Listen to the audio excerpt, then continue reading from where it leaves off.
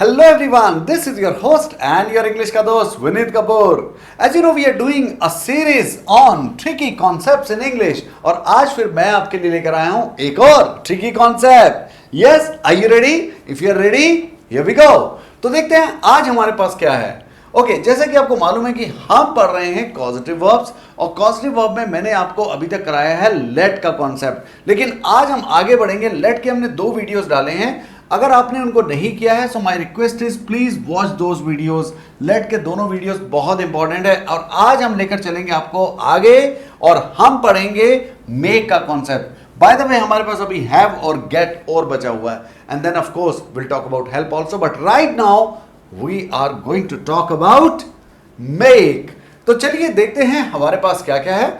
ये हमारा second causative verb है मेक. ओके अब कॉजेटिव वर्ब वो होता है जो खुद काम नहीं करता लेकिन किसी से करवाता है.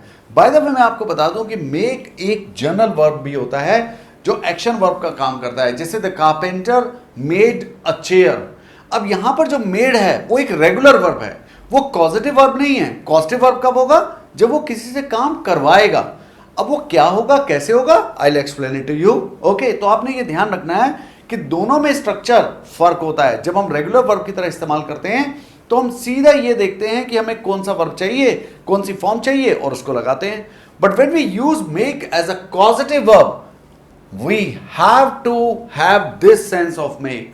सो when you use make it is like to force someone to do something. आप किसी को कोई काम करने के लिए फोर्स करते हैं, उसको बाध्य करते हैं और उसमें मेक का जो स्ट्रक्चर होता है वो होता है ये. यानी आप मेक लगाएंगे, उसके बाद ऑब्जेक्ट आएगा और उसके बाद आएगी वर्ब की फर्स्ट फॉर्म. इसको याद रखिएगा, with make we always use verb first form. क्या आप मुझे बता सकते हैं कि ये मेक और ये वर्ब की फर्स्ट फॉर्म में कौन सा वर्ब है? क्या मेक वर्ब होगा या वर्ब की फर्स्ट फॉर्म वर्ब होगा?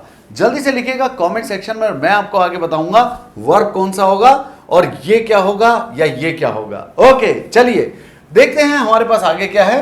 Okay so I will explain make to you with the help of some examples. Okay, देखते हैं हमारे पास पहला एग्जांपल क्या है. Oh, my teacher made me clean the board. Now look at this. We have got 2 verbs here. जैसा मैंने आपको बताया था कि हमारे पास 2 verbs हैं यहाँ पर. तो 2 verb कौन कौन से हैं जरा उसको जल्दी से देख लेते हैं. हमारे पास 2 verb हैं. ये हमारे पास पहला verb आया made और जो हमारे पास दूसरा verb आया वो आया clean. So can you tell me which one is the verb? So remember जब हम causative verb make का इस्तेमाल कर रहे हैं तो यही verb है. This is verb. So what is this? Can you tell me? What is clean? जल्दी से लिखिए. Yes, I'll wait for your comments in the comment section. जल्दी से मुझे बताइए कि clean यहाँ पर क्या काम कर रहा है. दोस्तों याद रखिए ये make में भी clean, और मैं भी क्यों लगा रहा हूं क्योंकि इससे पहले मैंने आपकी 2 वीडियो लेट की है जिसमें हमने इसी तरह का कॉन्सेप्ट देखा था और ये होता है बेयर इन्फिनेटिव. अगर आपने लिखा है बेयर इन्फिनेटिव तो आपने बिल्कुल ठीक लिखा है. और बेयर इन्फिनेटिव क्या होता है, इसका इस्तेमाल हम कैसे करते हैं, ये मैं आपको पिछली वीडियोस में बता चुका हूं. ओके सो आप वो वीडियो जरूर देखिएगा और आपको पता चल जाएगा what is bare infinitive. By the way bare infinitive होता है 2 प्लस वर्ब की फर्स्ट फॉर्म में से 2 हटा दो, क्योंकि इन्फिनेटिव क्या होता है 2 प्लस वर्ब की फर्स्ट फॉर्म. बेयर मैंने 2 हटा दीजिए, सिंपल एज दैट. तो ये वर्ब है और ये बेयर इन्फिनेटिव है. अब दोनों में फर्क क्या होता है, इसको बोलते हैं फाइनाइट वर्ब जो डिपेंड करेगा सब्जेक्ट के ऊपर या टेंस के ऊपर, लेकिन ये किसी के ऊपर डिपेंड नहीं करता. It is independent. ये हमेशा वर्ब की फर्स्ट फॉर्म रहेगा. ये वर्ब की फर्स्ट फॉर्म भी हो सकता है, सेकंड भी हो सकता है, थर्ड भी हो सकता है. आपने इस बात का ध्यान रखना है. ठीक है चलें आगे. ओके देखते हैं हम एक और सेंटेंस और उससे समझने की कोशिश करते हैं क्या कह रहा है. बाय द वे ये क्या कह रहा है कि माय टीचर मेड मी, मुझसे कराया, फोर्स किया या कहा करने को और करवाया. सो मेरे टीचर ने मुझसे करवाया क्या, क्लीन द बोर्ड, बोर्ड को साफ. सो मेरे टीचर ने मुझसे बोर्ड साफ करवाया. ओके सो यानी कि काम करवाया जा रहा है, ये काम कर नहीं रहे हैं, करवा रहे हैं. ओके तो इसमें क्या होता है कि इसमें काम करवाया जाता है. बस इस बात का ध्यान रखना. और जो काम होता है वही एक्शन होता है इन्फिनेटिव का, बेयर इन्फिनेटिव का. Oh, this scene makes me laugh every time I watch. मैं जब भी ये सीन देखती हूं मेरी हंसी छूट जाती है. ऐसे कहते हैं कि नहीं, मेरी हंसी छूट जाती है, ये सीन मुझे हंसा देता है. तो याद रखिए यही बात यहां पर हुई है ये फाइनाइट वर्ब है। देखो यहां पर हमने सेकंड फॉर्म लगाई, यहां फर्स्ट फॉर्म लगाई, एस लगाया, लेकिन दोनों ही केस में हमारे बेयर इंफिनिटिव में कोई फर्क नहीं पड़ा। ये वर्ब की फर्स्ट फॉर्म है, ध्यान रखेंगे आप। तो आपने क्या ध्यान रखना है कि ये बिल्कुल चेंज नहीं होगा, वर्ब की फर्स्ट फॉर्म रहेगी, बेयर इंफिनिटिव रहेगा, और ये डिपेंड करेगा हमारे सब्जेक्ट के ऊपर या टेंस के ऊपर। एक और एग्जांपल देखते हैं। Did somebody make you wear that worn out coat? अब worn out coat का मतलब होता है बिल्कुल घिसा हुआ, पुराना। Okay, now the way we use it in affirmative, we can use the same way in interrogative और नेगेटिव। हमारे पास यह इंट्रोगेटिव सेंटेंस है, तो आपने देखा कि हमने वही रूल लगाया कि डिड के साथ मेक का इस्तेमाल, वर्ब की फर्स्ट फॉर्म लगाई, और फिर उसके बाद ऑब्जेक्ट आया, और फिर उसके बाद वर्ब की फर्स्ट फॉर्म, यानी कि ये यही वाला है, ये यही वाला है, यानी ये क्या है, बेयर इंफिनिटिव। ओके, अब आप इसको याद रखिएगा। और ये जो हमारे पास आ रहे हैं मेक, मेक्स और मेक, ये फाइनाइट वर्ब है, ये मेन वर्ब है। Is this clear? अब एक बात मुझे बताइए कि हमने पिछले उसमें बात की थी कि लेट और अलाउ में क्या फर्क है, तो मैंने आपको बताया था।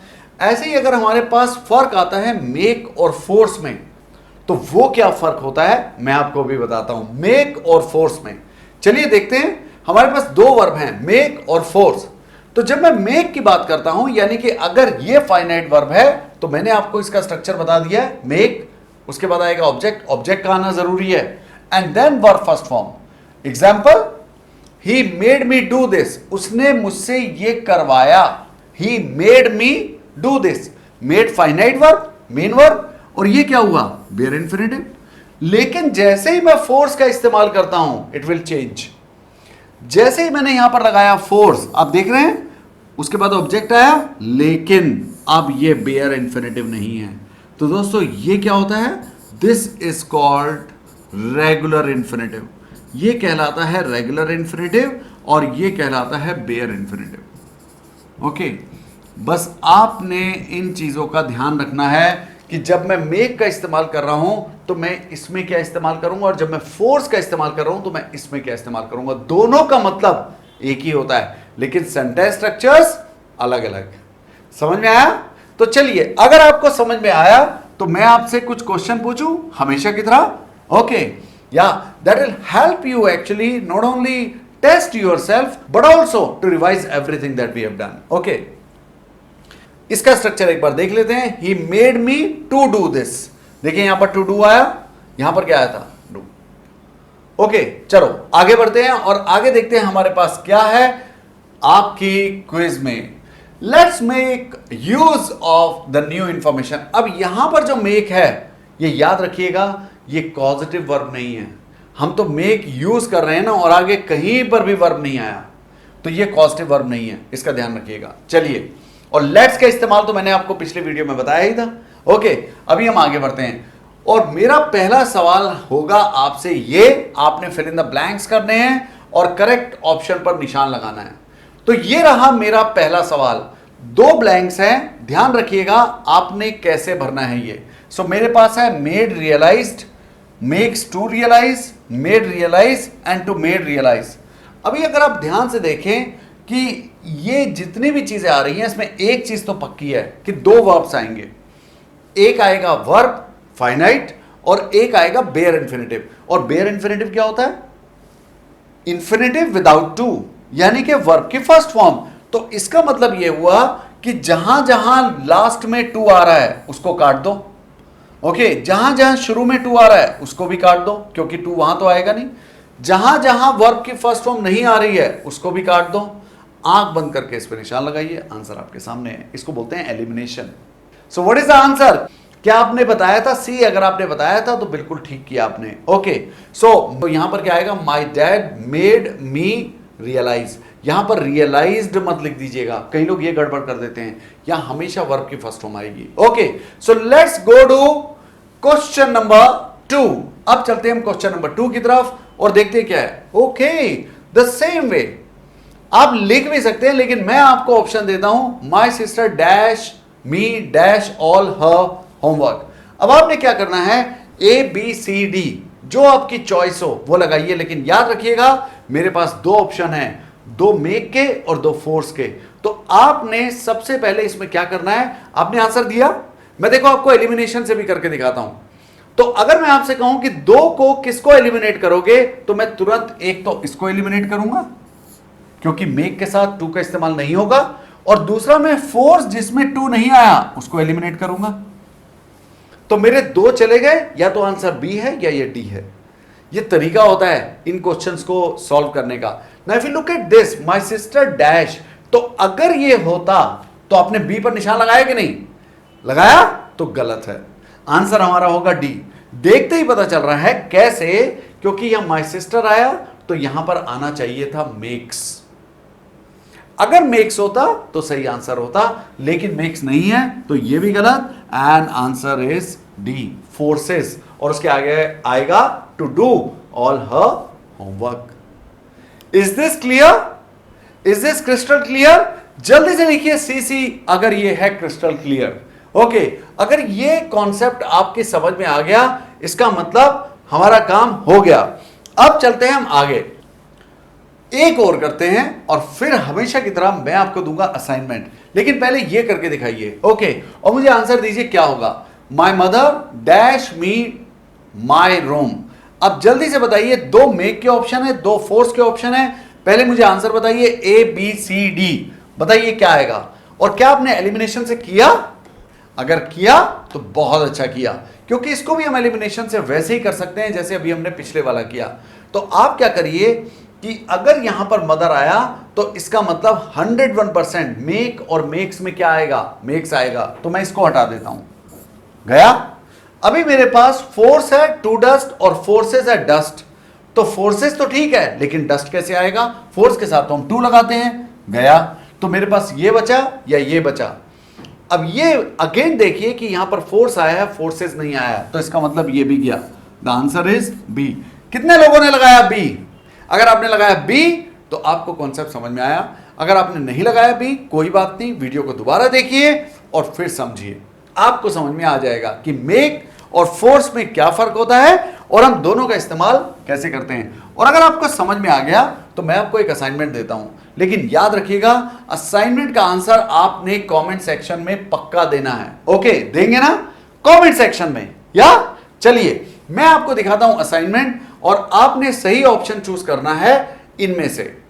तो ये है मेरा question, time dash me dash my mistakes that I have made in past and these are the options. So इसका मतलब ये हुआ मेरे पास सारे ऑप्शंस मेक वाले हैं, और मुझे ध्यान से चूज करना है, ए आएगा, बी आएगा, सी आएगा या डी आएगा, और आपने आंसर देना है कमेंट सेक्शन में। अगली वीडियो में मैं आपको इस क्वेश्चन का आंसर बताऊंगा। तो हमारे वीडियोस देखते रहिए। हमारे कॉन्सेप्ट्स के जो वीडियोस हैं, ट्रिकी कॉन्सेप्ट्स ऑफ इंग्लिश, ये बहुत सारे हैं और हम आपके लिए बहुत सारे वीडियोस बना रहे हैं। तो आपको जहां भी मिले डालिए tricky concepts in English by Vineet Kapoor या ऑन जीटा, और आपको सारे के सारे वीडियोस मिल जाएंगे। ये वीडियो मैंने प्लेलिस्ट में भी डाले हैं। सो कॉन्सेप्ट्स इन इंग्लिश करके आपकी हमारी एक प्लेलिस्ट है लर्न इंग्लिश विद जीटा पर, आप उसको देखिएगा। और हाँ, चैनल को सब्सक्राइब जरूर कीजिएगा, वीडियो अच्छी लगे तो शेयर कीजिएगा।